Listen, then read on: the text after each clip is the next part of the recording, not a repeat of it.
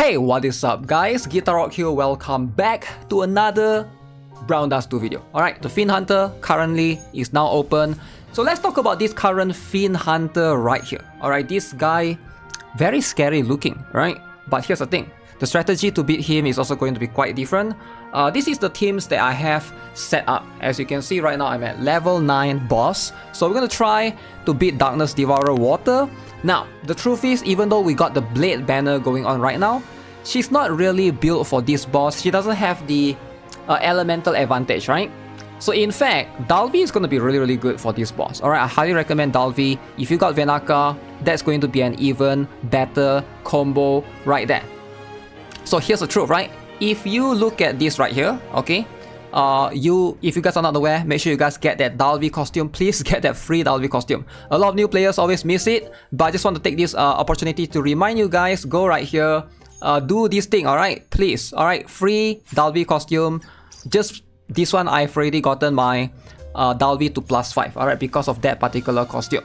Alright, so this particular boss, like I mentioned, you need one sacrificial unit, right? So that sacrificial unit preferably is going to be a buffer so that you get rid of them. They buff the team, however, before they die. That's going to be pretty much this stuff. The boss have 2 weak spots, as you can see at the back. Alright, it's going to be split up a little bit, and it's really hard to hit both unless you have a very unique tile range, like, you know, the tracksuit Loen's one. But in most cases, it's really difficult to just get rid of all of these. I wouldn't recommend, you know, trying to get all, right? It's going to be very difficult. One thing that you need to consider is if you got 3+ chain stack, alright, you are going to basically do bonus damage to the boss. Okay, so one more thing that you can consider is going to be one more thing that you need to pay attention to. Alright, this thing right here, the condition skill. Alright, there's going to be some situation where the boss is going to hit you, and then there's going to be some tiles that you cannot place your units there. Alright, it's going to be very tricky. Now, I have 2 teams set up. One is going to be my magic team, one is going to be my physical team. Alright, let's run along. I'm going to show you guys my strategy, and then I'm going to give you guys like a little bit of alternative in case you guys don't have any of the characters, right? Because I know like there might be some new players watching this guide. As per usual, I will turn off my face cam so that we can look at the damage that I'm going to deal with the boss. Now, let's start off with the first things first. The boss is going to use this particular skill. He's going to attack in the middle. That main target, you don't want to clump everyone together, right? Everyone else is going to die except for the main target. You only want to have one character in the middle. In that case, we're going to have Helena. Now, Helena is going to be my main buffer here. Now, my Terrorist is the sacrificial unit. So what do I mean sacrificial unit? You need to sacrifice someone because of this particular skill right here. The boss is going to basically, if you have somebody dies, right? The skill activates when there are fewer than 5 surviving characters on the player's field. That means if you get 4 characters, that's just one of these conditions, and he's going to apply this 200% vulnerability to all parts. So what you want to do, right? So the first turn, alright, we're going to let the boss hit Helena. So what we're going to do, we're going to go to Therese right here. We're going to go with Diana right here for the... okay, nobody else should be attacking. We're going to go with Diana, alright. We're going to go with Helena. Make sure you guys... I recommend taking this one first, the SP one first, because we don't really get much SP as you can see in the beginning. SP is a big struggle, right? It's a little bit of a big struggle. Dalvi and Venaka, we're just going to use normal attack for now. It is going to be a little bit unfortunate, but we are setting up for now. Alright, turn 1. Set up, get the SP from that. Get the SP here. Okay, boom, boom. Okay, so now the boss is gonna hit me. Notice I have that things on top of my head. That's a focus fire, right? The boss also applied this concentrated fire on me. That means he's gonna aim me and hit me next. Now, I'm going to bring Helena right here next to Therese. Okay, so whoever that Helena, the boss is going to basically still hit me. Whoever that's next to me, the sub-target in this case, in this tile range, this course tile range, will die. And we want to sacrifice one character to activate this skill, like I mentioned earlier. Right, this skill is very important because it's going to give us property damage boost. It's also going to apply 200 vulnerability, which is like incoming damage taken to the boss, right? So now sacrificing Therese is unfortunate because she's the buffer, but here's what we're going to do, right? I will be using this particular skill. Alright, this one is very, very good. This is the Swimsuit Therese skill right here. So we're gonna activate this. Now, if you do not have this particular costume, alright, you can just activate the regular Therese, I guess. Probably doesn't matter, just to buff Venaka or whoever is in the middle, right? Again, you can also consider using Livia. Alright, Livia also works. What Livia can do is she can also apply magic damage, magic incoming damage taken to the enemy before she dies. Alright, and you are going to... actually, it's going to be a bit difficult because Livia might not be able to hit this tile. I guess Therese is still the best choice. Alright, in this case, we got this particular one. I guess you guys can consider LPs, alright, just to give you more buff. But other than that, one unit has to be sacrificed. Therese is probably the best one. The reason why this is so good is because it lasts for 8 turns, right? Hopefully it's going to last for the remaining battle. Alright, so with that, we're going to go with this Diana hit here. Venaka is going to go middle. And Dalvi, we're going to move Dalvi right here. Now, depending on how strong your Dalvi versus your Venaka is, based on me testing it, right now you can see Diana is giving my buff to my Venaka. I've tried putting Dalvi here. I feel like the swimsuit Dalvi costume is a bit lacking compared to this particular Venaka's costume because I do have this Venaka's costume at +5, right? Now again, if you don't have, you got this Dalvi costume at +5, this Venaka's costume at... I mean, swimsuit Dalvi, everybody gets at +5. But if you have, you know, the particular one, what is that? The Venaka costume at +0, +1, then consider doing this instead. So Dalvi gets more damage, right? Because she gets the buff from Diana in this case. In the cross tile range, so we're gonna go this. We're gonna try to... Venaka needs to move first because we're gonna apply this thing called the Wind Vulnerability. And then Dalvi goes to the middle, just like this. Now Therese will die afterwards. Okay. And... it's fine, alright, we just sacrifice a little bit. Boom. Okay. And we're gonna go DOT. Oh, by the way, I've also tried putting Dalvi on the right side. This seems to give me the most damage. So now that somebody is died, we're just gonna wait for the boss to apply this thing. Now this thing is going to be a very interesting skill, right? So I want to place them like this because the boss is going to hit this cross tile, you can see, right? Everybody is going to get property damage increase. So that's the whole point. I want my Dalvi and Venaka in this case to get property damage increase. Now there's no need for your Diana to use this skill at all. So we're just going to normal hit for now. And then we're just going to do this. And then we're going to go with that. Alright, that's going to give me the most damage. So we're going to try to get a chain. 4 chain right there. Okay. So far so good.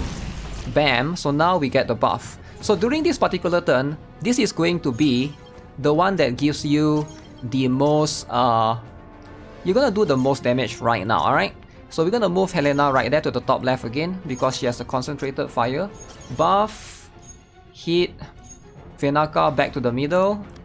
We're going to do this again. Then Dalvi just back to doing this, right?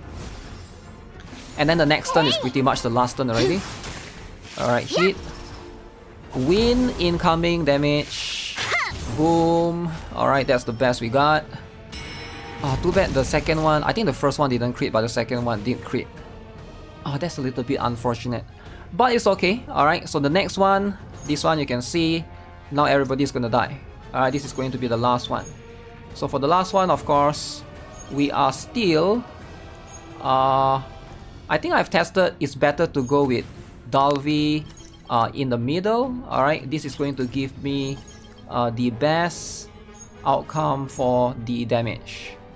Alright, yep. So we're gonna buff here. One more buff. So we're gonna get Swimsuit Dalvi to hit and Venaka to hit after. Get a little bit of DOT going on. Oof, boom. Alright, so as you can see, magic team down. So now, we just got to focus on the physical team. Alright, same concept applies. In this case, my sacrifice or my sacrificial character is going to be Liberta. Alright, so same thing, we're going to go with Lethal in the middle right here. Refitia is going to go and buff everybody. Then we got Zenith hitting there. We go with Hikage afterwards. And the funny thing is, you don't want to use Liberta early on, alright? Because you want her buff to last as long as possible, right? That's the whole point. So do it this way. We're gonna get a crit damage, blah blah blah. Okay. Boom. Yeah. Okay, so later is gonna get hit. Yeah. Refistia is gonna buff everyone. Okay, nice. Okay. So Hikage is going to be my main DPS in this case. Now, if you don't have Hikage, you can consider using Nebri. Alright, Nebri, I guess it works, right? I do not have my Nebri fully built because I only got one of a costume, which is the one that gives the buff. The other two costume at +1. So that's going to be a big problem. So we're going to sacrifice Liberta. Alright, Liberta is going to be the sacrificial right here. So what I'm doing is Liberta is going to buff first, okay? Heal everyone, hopefully. And then she's going to buff, and then we're going to go with this. And then we're going to hit with this particular skill for later. You can either do this one or this one, right? Whichever, doesn't matter. I guess this one has more chain. This one hits 3 times, this one hits 2 times. The other one is probably a bit better, right? Gonna cost more SP. But either way... Oh yeah, I forgot, later also has one more costume that hits 4 chain. That might be better as well. Okay. Okay, alright. So we got some DOT going on. So there, Liberta... Oh wait. Complete mistake. I forgot, you have to move Hikage right here. Yeah, sadly Hikage is not gonna get the buff right there, which is a little bit unfortunate. Oh wait, that one is also 3 times. Yeah, I forgot that you have to move Hikage away because or else you're gonna have 2 characters die. You don't want Hikage to die. In this case, she's going to be our main DPS. Zenith has focus fire, just so you guys know. That's why we are focusing fire on the enemy right there. Okay, so now, boom, Liberta is gone, sacrifice has been made. So now this is the part because we have we want to place our characters such as follows. It's gonna be a little bit weird, right? But we're gonna do it this way. So the boss is gonna come in and apply the, what is that? Apply the property damage boost to us after this. So you're gonna see, we're gonna get the property damage boost. Okay. Boom. Bam. And so now everybody gets buff. So now we're gonna move later again to the top left. Again, move the chain. So Refita, don't go back to this. We're gonna stick to the chain one, alright? And then we're gonna just, you know, slide back a little bit. Now, this one is gonna be scary for sure, but yeah, that's just how it is. That's just how it is. So this is going to perhaps, I believe, give me the most damage. Because we got the buff from the boss. 12 chain. Ooh, alright, 36 chain right there. Alright, that is as high as it gets. So next one, now the boss is going to KO everyone. This is going to be the last one, alright? So we're just gonna go all in. I believe... Yeah, so we're just gonna aim at this one. Zenith afterwards. Zenith afterwards, and Hikage. Alright, let's see how much damage is this. So this is going to be finalizing the level 9 boss. Okay, that's a lot of chain. 42 chain. Ooh. That's as high as it gets. Alright, so I'm sure I can sort of improve a little bit more. But level 9 boss for day 1, as you can see, damn. I was not expecting Hikage to do that much. I was expecting Dalvi to do more. But that surprises me, right? The amount of DPS that Hikage can do is insane. Now, if you don't have Hikage, like I said, Nebri is probably your next best option if you're looking for a physical DPS that's wind element. Alright, that's going to perhaps be your next best choice. But yeah, I'm quite surprised with the percentage right there. The split difference, considering that, you know, I was able to have the... It does feel like it's half-half, right? It feels more like it's 50-50. I guess Hikage, and then the other one is split between 3 costumes, 20%, and then this is like 24%. So yeah, it's about this one actually do more, because if I combine, because this one has 4 costumes, right? So it makes Hikage look like a lot. Actually, the magic team, if you combine all 4 numbers of these, is going to do slightly more than that. So the magic team did actually perform slightly better. But regardless, you know, this should get you to at least day 10. By the end of the season, you just want to get up to this point. I guess if you want to chase, all the way to get more of the gears, you can as well. But yeah, this is going to be the guide for the Darkness Devourer Water. Let me know what you guys think of this current one. As per usual, if you guys haven't already, subscribe to the channel. Alright, stay tuned for more Brown Dust 2 content. I'll have plenty more guides coming really soon. Also, if you guys haven't already, feel free to follow me on Twitch. Alright, twitch.tv/GuitarRock69, right? That's the channel. And yeah, as per usual, take care, have a nice day, goodbye.